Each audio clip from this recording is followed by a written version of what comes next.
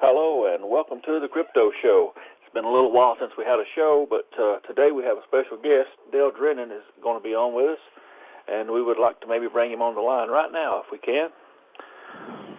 Hello, Dale, are you there? Hello, I'm here. Can you hear me? Yeah, I can hear you fine. How are you doing today?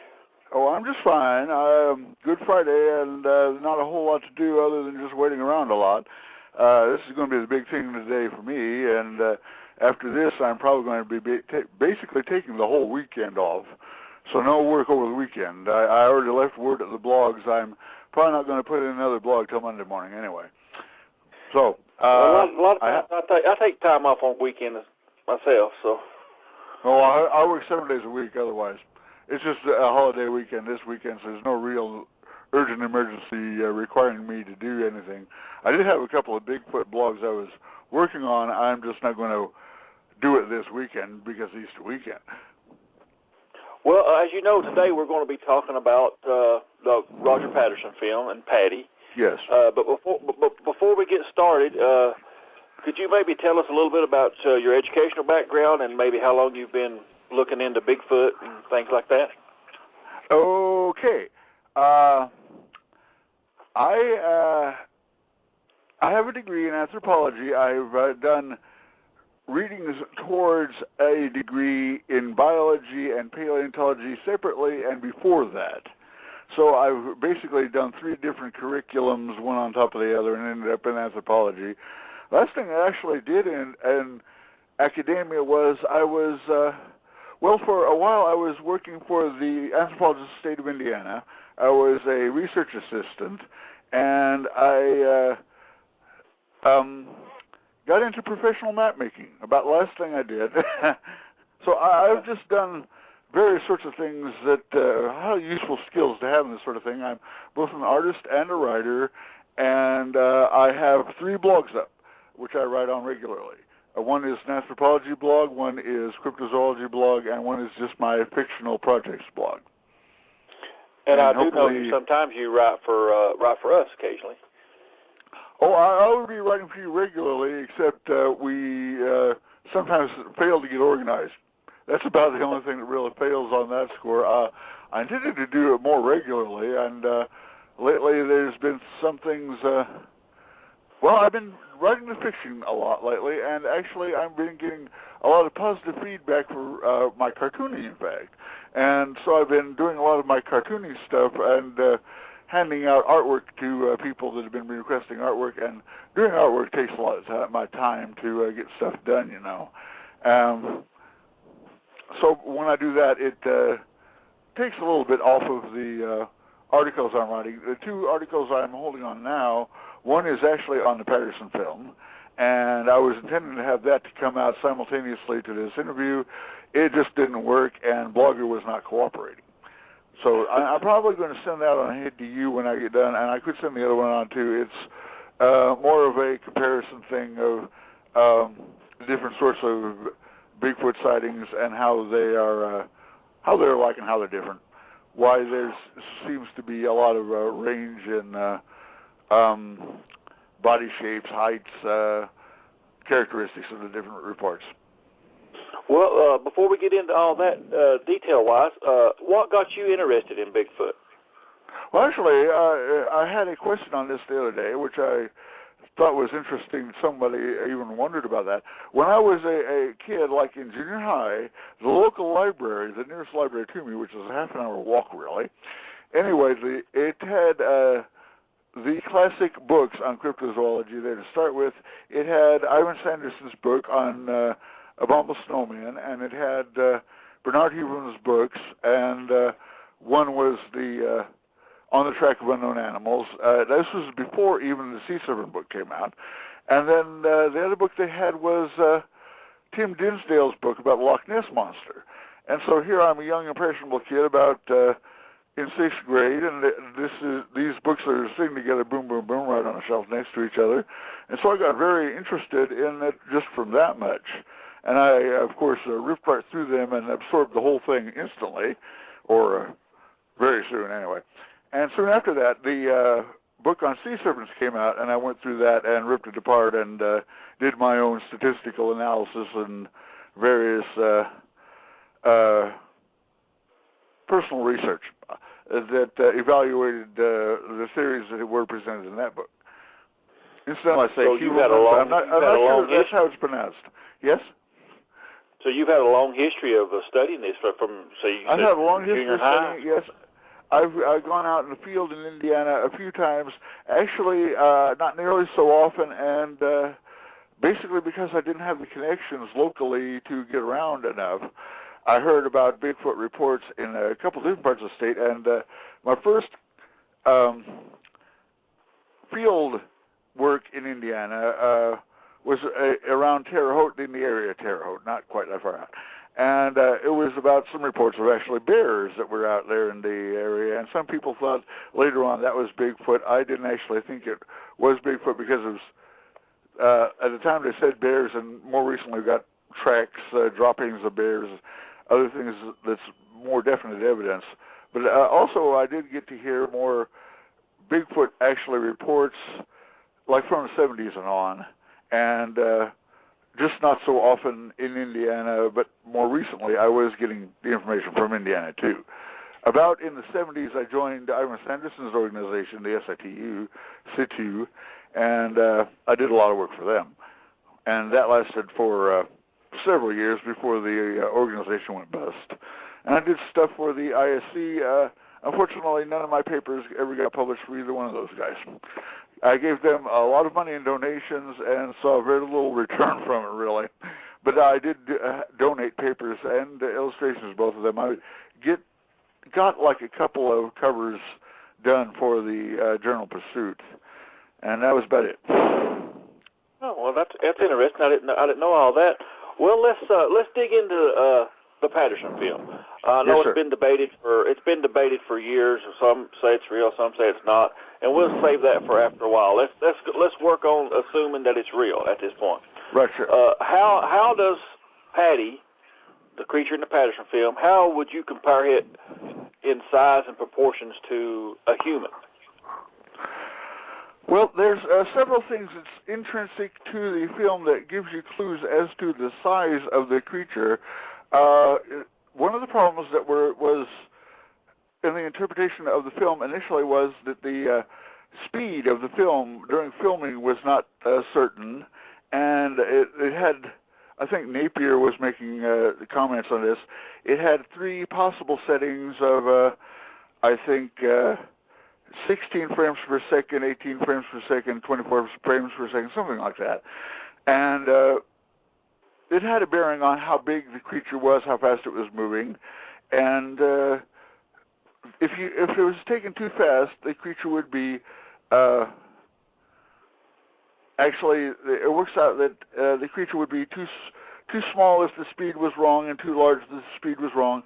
And doing measurements, the most reasonable assumption is that it was run at the usual speed, and it was about 6.5 to 7.5 feet tall, going by the usual rate of speed, which is one thing the critics took exception to, because they said, we don't know for sure what the speed is. It could be something different. When you take other rates of speed, the height comes out all crazy, like it could be 4.5 feet tall, it could be 12 feet tall.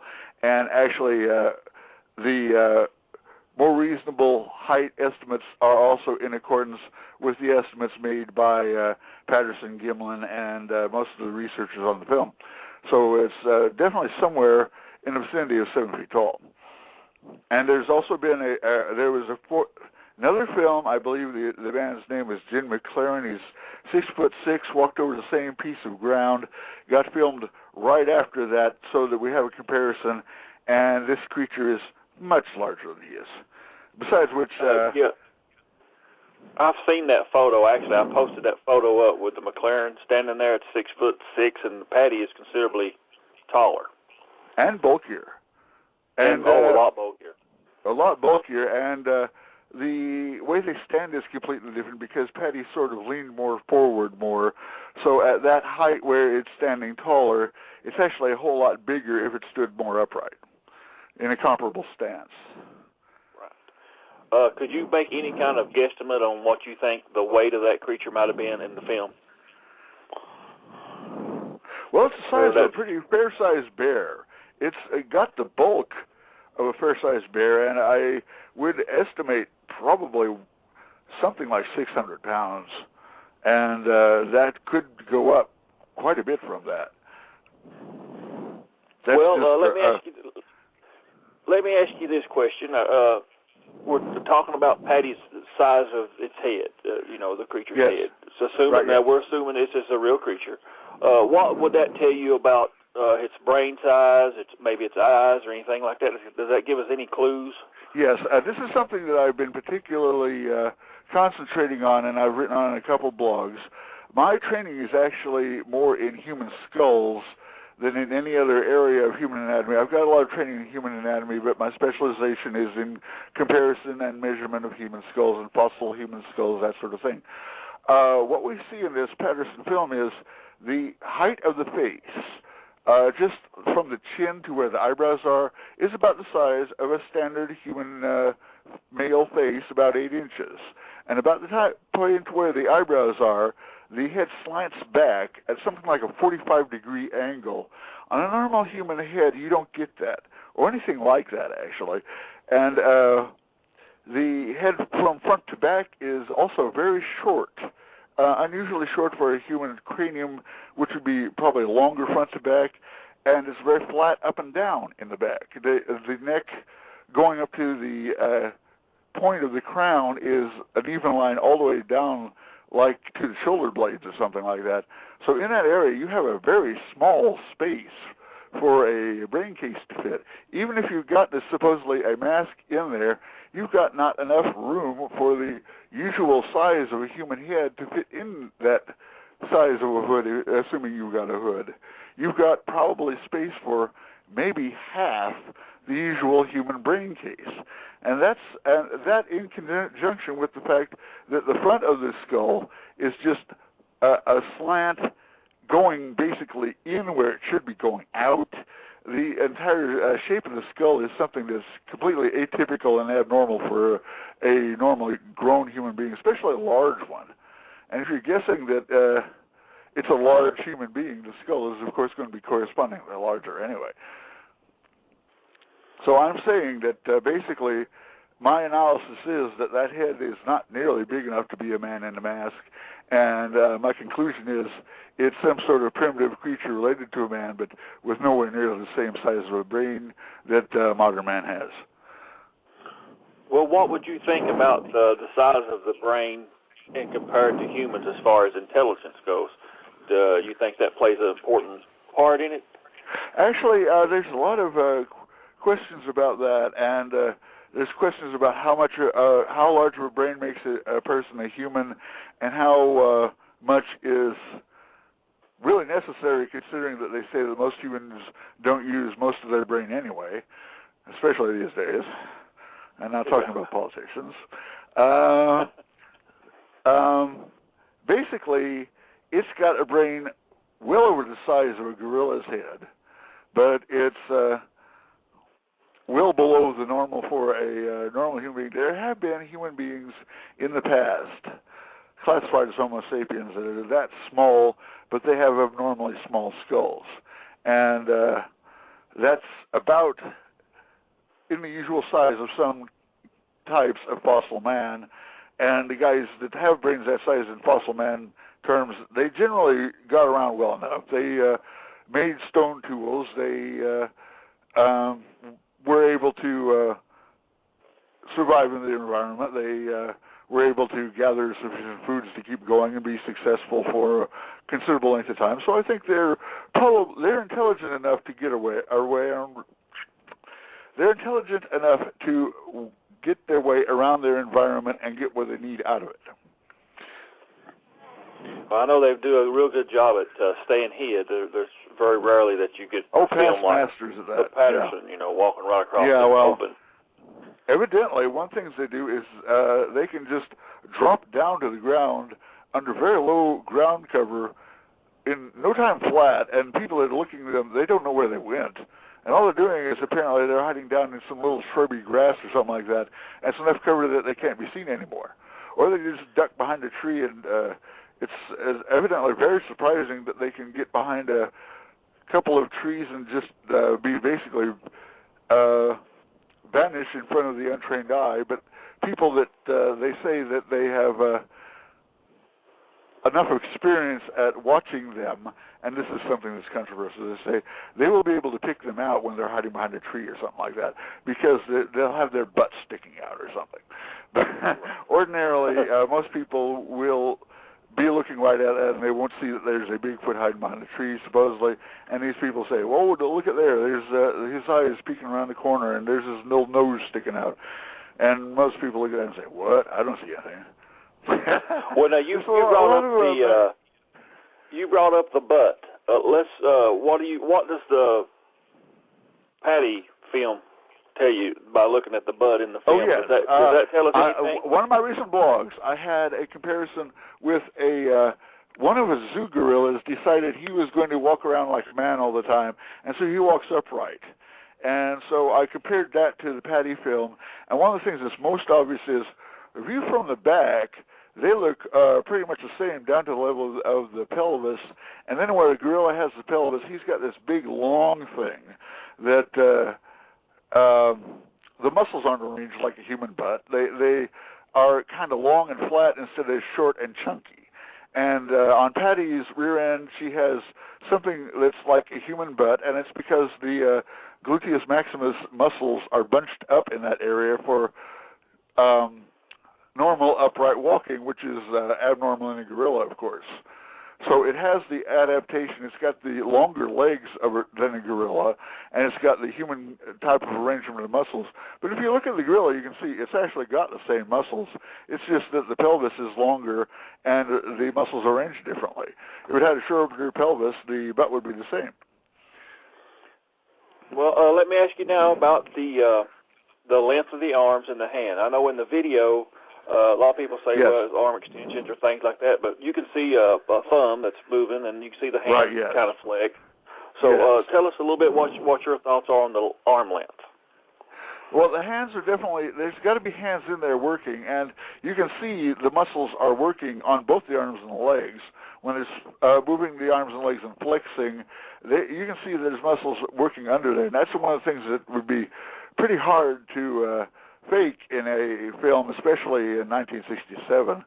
The length of the arms and legs are kind of atypical for a human being. The breadth of the shoulders, when seen directly from behind, is very broad across the shoulders, much broader than a normal human being at that height would be. When men tend to be tall, they tend to be not so broad. They tend to have narrow shoulders in relation to their height because people tend to get skinnier when they get taller by proportion, and they tend to get chunkier when they're shorter. But the chest, Patty's chest is something like 60 inches around, and her arms are correspondingly pushed out further apart from each other. The shoulders are further apart. Shoulder joints are further apart. The arm's length is longer than the usual human being, and the hands come down lower in proportion by a matter of several inches. So it's unlikely that you're going to have human beings that will have arms that will fit into a costume with arms that length and have the hands come out where the hands are. And on the other hand, the legs are kind of short for a normal human being. They look shorter because Patty walks with the knees kind of bent. But still, there are several comparisons that someone has made up. They've put a hypothetical human skeleton inside what Patty's anatomy was supposed to be to show that a human skeleton could fit into the costume. And where it fails is the hands don't reach down into the hands, and the feet stick out of the bottom of the legs by a length of several inches. And that, besides the fact that the cranium is too big. It won't work. You don't have a human being built like that. Yeah, well, let me ask you this right here. We know that Patty is a female, and you can see the breast. Yes. By knowing the size, incidentally, Patty's bra size would be something like 60C. But go ahead. Well, knowing the size of this female Sasquatch, what does that tell us about the male Sasquatch? Because normally males are bigger. Yes, we have a pretty good guess of the size differences between the females and the males. We have collections of footprints that they fall into two general size categories on the average. In like California, those are like 14.5 inches and 17 inches on the average. So we know there's that much of a difference in the size. The weight is something like 3/4 again would be to the female. The male is that much bigger than the female. It's about a foot or maybe a foot and a half taller, but that much more bulk because they are very big generally, and the males are that much bulkier than the female. That's much larger than the difference between human male and females on the average, but not anywhere near as much as a gorilla, say. The gorillas have much huger males and females. Yes. So that would put a male Sasquatch somewhere close to 9 foot, between 8 and 9 foot. Yes, 9 foot would be the top end of the average. It would be like 8.5, 9 feet average. And on top of that, for the maximum, you can probably say easily 10 feet. Above 10 feet, you're kind of getting into iffy ground, and a lot of people don't like to go there. But I'm surely you have commonly ones that would be around 9 feet tall, and that's going on a lot of evidence. We have a lot of tracks that are that size, and we know that they're heavy by how deep those tracks are imprinted, and a lot of the averages of the size estimates and sightings is also generally about in that category too. Some are bigger, some are smaller, but generally they go up to 8 or 9 feet for the males, and that's usual. Okay, you brought up about the tracks. Do Yes. you think that there's a mid-tarsal break or no mid-tarsal break? That's something that's actually a little bit hard to say, because in ordinary human beings, when they're walking in shoes, they can make the same pattern like a mid-tarsal break, depending on how the feet are acting in the earth. It'll have the heel hit the ground first, and then sort of rocker motion, and then the toes go in. So you have the heels and the toes in as deeper, and the middle part up higher, and it'll look like there's a mid-tarsal break. However, I'm guessing there is something like an actual mid-tarsal break in there. That's a sort of a specialized question in anatomy, but it's not necessarily something you're going to find in all tracks. Well, also we was talking about at the first of the program, you was talking about how different areas may have different looking Sasquatch. Yes. Could you maybe talk a little bit about that? Okay. One of the things I found out in Indiana is our local Sasquatches are not Sasquatches in the same way Patty is a Sasquatch. What we have here is something that more people generally describe as being like a hairy human. It's like a Neanderthal man, they say. It doesn't look the same. It doesn't have the same kind of pointed head. Sometimes they have long beards. They're just generally hairier all over, but generally more human-like. And the kinds of reports we get on this part of the country tend to resemble more the Minnesota Iceman by the description of the Minnesota Iceman. It's not saying the Minnesota Iceman is necessarily true or not. It's just that the reports here sound like that, as opposed to being like Patty. And but you would associate them to being in the same species, though. The thing is, when you have that much of a difference, that's a considerable difference in the size of the brain. And that's what is one of the things that's determining the Patty kind as being something special and distinct from a human being in a suit, any kind of ordinary human beings. But over here on this part of the country, they have more rounded heads. They have larger brain cases. That sort of speaks for the possibility that they're a separate species, something more man-like. Also, the tracks are more man-like. They're more like a common human being, except they're a lot broader. They look like the Almas tracks in Central Asia, actually. Well, what are your thoughts on the Florida skunk ape? Where do you think it falls Yes, actually, the Florida skunk ape is interesting. The skunk ape and some of the Texan reports, they say the wood apes or swamp apes over there, they seem to be the same sort of things, but you have one kind that is like the Iceman kind of thing that's more human-like, and then you have something that is distinctly more ape-like, that leaves tracks that have an opposed big toe, and they're sometimes seen up in trees. In fact, they're seen up in trees a lot. They tend to, when you get good photographs of them, they tend to look like orangutans. And there have been several people that said, well, maybe that's just a runaway orangutan. And Loren Coleman's the one that basically did all the basic work on this type. He goes down and lists like 4 or 5 different traits that these reports show that would not be in ordinary apes you would find in Africa or in South Asia. And one of the things is they tend to hang around water a lot. They tend to go wading and swimming sometimes, and zoo apes generally hate the water. Now, we've had subsequently to that, we've got films of gorillas going wading around in the water and eating water plants, but it's very rare in the wild, and that was highly unusual when they found that. But the thing is, we have them, the ones we have in here, we're calling these swamp apes or skunk apes. They are just kind of peculiar as compared to the regular ape reports. The tracks are kind of funny because they're more like the orang pendek than they are like the regular orangutan.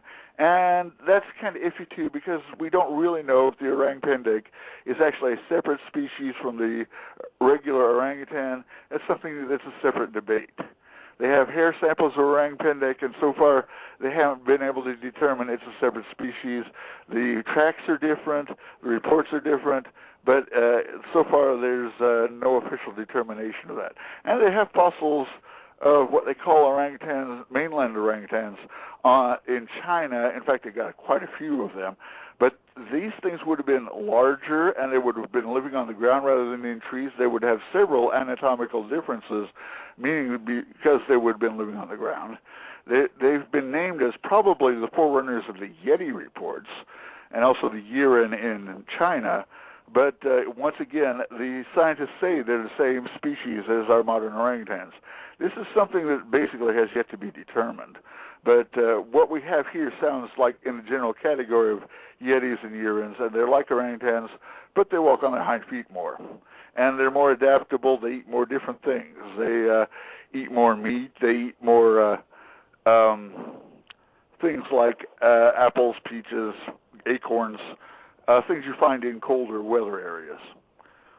Going back to Patty in the Patterson film. Yes. Due to the large buttocks, do you really do you think it has a high rate of speed for its running capabilities? Well, now that would be interesting. What's actually a bigger factor in that is the length of the legs. And the legs are definitely longer than a regular human being, although they're short for the height. But the fact is, since the legs are that much longer than a regular human being, the stride is that much more, they cover a lot of ground. So you have a couple of different factors in that. You have sort of like the motivational factor about how fast the thing wants to go. And then you have a natural rate of speed based on the pendulum motion of the length of the leg, how it wants to swing at that length, you know. And the thing is, one of the factors is when you have a longer leg, you have a longer pendulum, it wants to move slower. So the normal rate of running would not necessarily be faster than human beings' rate of running. However, if you got it really motivated to run, it could really go. That would be okay, Dale, we're about out of time. We got about 30 seconds left. It went by fast. I've really enjoyed it. But one final question, you can sort of do it quickly. So in your opinion, the Patterson film is not a man in a suit. Am I correct in that assumption? There's basically no way in the world you could get a man in a suit that's built like that. And if you do have, they've said they've found the man. They said he does the walk, and I really, truly, sincerely doubt it. Well, Dale, I appreciate you calling in, and it's been fun talking, and I wish we had longer. Maybe we'll do it again. Certainly. Thank you very much. Have a happy Thank Easter. You, Dale. You too.